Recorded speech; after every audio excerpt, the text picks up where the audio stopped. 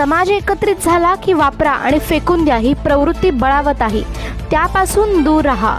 सुहास बाबर यांचे वक्तव्य. आद्य क्रांतीवीर नरवीर उमाजी नाईक यांच्या जयंतीनिमित्त काल विटा येथे कार्यक्रमाचे नियोजन केले होते. या प्रसंगी MM ग्रुपचे संस्थापक MM नाना, सांगली जिल्हा मध्यवर्ती बँकेचे संचालक अमोल बाबर, जिल्हा परिषदेचे माजी उपाध्यक्ष सुहास बाबर यांच्यासह अनेक मान्यवर नागरिक मोठ्या संख्येने उपस्थित होते. यावेळी बोलताना सुहास बाबर काय म्हणाले ते पहा. तसा शेवटचा दिवस आहे, उद्या विसर्जनाचा कार्यक्रम आहे, त्यामुळे बऱ्यापैकी आज नाना सगळीकडेच महाप्रसादाचा कार्यक्रम आहे, कुठं आरत्यांचे नियोजन चालू आहे. आणि या सगळ्या कार्यक्रमामध्ये सर्वांना वेळ देणं अत्यंत माझ्या दृष्टीने महत्वाचं असल्यामुळे मी पहिल्यांदा नानांना म्हणलं तुमची परवानगी घेतो, या ठिकाणी मनोगत व्यक्त करतो आणि मी आरतीला त्या ठिकाणी जाणार आहे. काही दिवसापूर्वी अनेक गावामध्ये आद्य क्रांतीवीर राजे उमाजी नाईकांची जयंती आपण त्या ठिकाणी साजरी केली होती. आणि आज MM ग्रुपच्या वतीनं एक चांगला कार्यक्रम या ठिकाणी आयोजित करण्याचा एक चांगला प्रयत्न नव्या पिढीतल्या नाना मुलांनी निश्चितपणे एकत्र येऊन या ठिकाणी केला आहे. गेली अनेक वर्ष वेगवेगळ्या समाजातली लोक एकत्र येत आहेत नाना. तुमच्या माध्यमातून एका विधायक वृत्तीनं आणि चांगलं काम करण्यासाठी MM ग्रुपची स्थापना झाली आणि त्या ग्रुपच्या माध्यमातून आज नाईक समाज सगळा आपला एकत्र येतो, ह्याच्यासारखं चांगली गोष्ट निश्चितपणे नाही.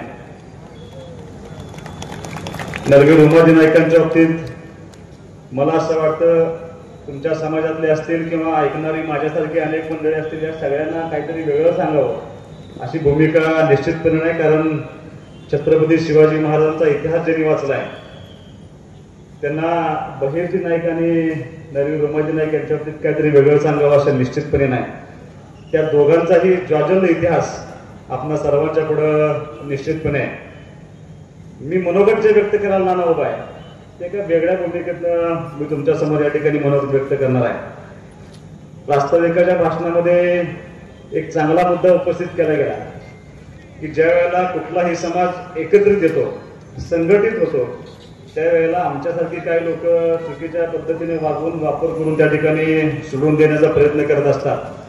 स्वतःचं काम झालं की वापरायचं सोडून द्यायची ही प्रवृत्ती राजकारणामध्ये दुर्दैवानं खूप बळावलेली परिस्थितीमध्ये आहे. तुम्ही एकत्र आलाय तेव्हापासून तुमचं संघटन, तुमची शक्ती खूप मोठी नाना त्या ठिकाणी तयार झाली. आज दुर्लक्षित असलेला समाज हा तुमच्याकडं आदरानं पाहिलं जातं, ते फक्त तुम्ही सगळे एकत्र आल्यानंतर तुमच्याकडे एकत्र तयार झाला. नाना, तुमच्या व्यासपीठावरून मी एवढीच अपेक्षा ठिकाणी व्यक्त करणार की तुम्ही सगळे नेते मंडळी समाजाचे आज काम करताय. आज नव्या पिढीतली अनेक मुलं हा कार्यक्रम व्हावा म्हणून धडपडत होते. एकत्र आलाय तर एकत्र येण्याचा उद्देश सुद्धा त्या पट्टीमध्ये चांगला असला पाहिजे अशी एक माफक अपेक्षा मी त्या ठिकाणी व्यक्त करणार आहे. तुमच्या जुन्या पिढीनं कष्टाखाली आयुष्यभर काबाड कष्ट करून तुम्हाला जगवण्यातून वाढवण्याचा प्रयत्न केला. आता तुम्ही एकत्र आल्यानंतर नव्या पिढीला मला फक्त विनंती एवढीच करायची आहे की कुणाच्याही हाताचे पावलं होण्यापेक्षा तुमच्या समाजातल्या नव्या पिढीला मुख्य प्रवाहामध्ये आणलं पाहिजे.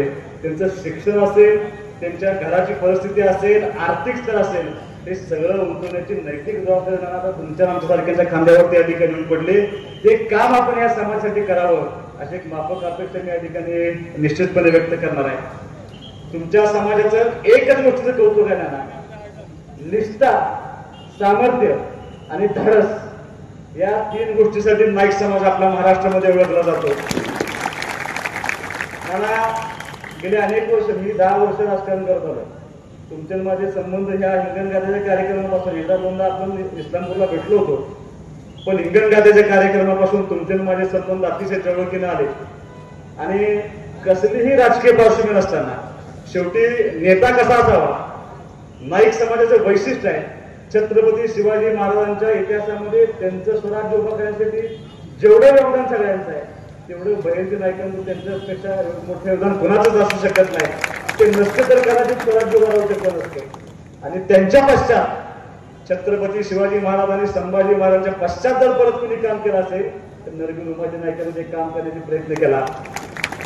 त्यांचा शिवाजी महाराजांचा आदर्श डोळ्यासमोर ठेवला आणि त्याच ताकदीनं काम करण्याचा, तेवढ्याच हिमतीनं, तेवढ्याच जिद्दीनं त्या ठिकाणी इंग्रज सरकारच्या विरोधात त्यांनी उठाव केला. इतिहासातला इंग्रजांच्या विरोधात पहिला उठाव तो होता. किती मोठा उठाव असेल, मला किती लोकांनी वाचले मला माहित नाही, पण एक इंग्रज अधिकारी कॅप्टन रॉबर्टसन याने 1820 साली ईस्ट इंडिया कंपनीला लिहिलं होतं की नरवीर उमाजी नाईक हा तुमच्या विरोधामध्ये खूप मोठा उठाव करतोय, कुठल्या तरी राजकीय बदलाची वाट पाहत आहे आणि तुम्हाला या ठिकाणी सावध व्हावं लागेल, अन्यथा ईस्ट इंडिया कंपनीचं भवितव्य अजिबात नाही. आणि त्यावेळेला त्याच्यानंतर कट राखायला गेला आणि उमाजी नाईकांना पकडून त्याला फाशी देण्यात आली. आणि फाशी दिल्यानंतर एका अधिकाऱ्याने असं सांगितलं होतं की उमाजी नाईकांना जर फाशी दिली नसती तर दुसरा छत्रपती शिवाजी महाराज जन्माला आला असता आणि त्याच काळात भारताला स्वातंत्र्य मिळालं असतं. एवढं प्रचंड काम करण्याची भूमिका उमाजी नाईकांनी त्यावेळेला पार पाडली होती. आपण त्यांचे वंशज आहोत. आता आपली नैतिक जबाबदारी आहे समाजामध्ये चांगल्या घडणाऱ्या गोष्टींच्या पाठीमागे ठामपणे उभं राहणं, की आपल्या सगळ्यांची भूमिका आपण त्या ठिकाणी पार पाडावी अशी मी निश्चितपणे अपेक्षा व्यक्त करतो. नाना, मी जाता तुम्हाला एवढंच सांगणार, मी तुम्हाला मगाशी सांगितलं की उमाजी नाईकांची जयंती किंवा पुण्यतिथी कुठल्याही शासकीय कार्यालयामध्ये यापूर्वी साजरी होत नव्हती.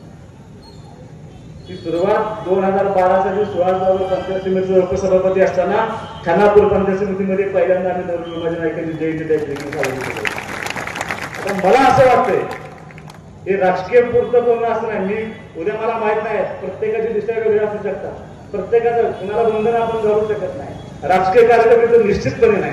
पण आम्ही सेंट्रल स्कूलमध्ये वाचनालय उभं करतो ना, त्या ठिकाणी छत्रपती शिवाजी महाराजांचे एक सेपरेट दालन उभा करतोय, ज्या दालनामध्ये जगभरामध्ये जेवढी पुस्तकं महाराजांनी दिलेली आहेत, जेवढं साहित्य लिहिलंय तेवढं सगळं एका छताखाली मुलांना वाचण्यासाठी मिळावं असा आमचा एक प्रयत्न चालू आहे.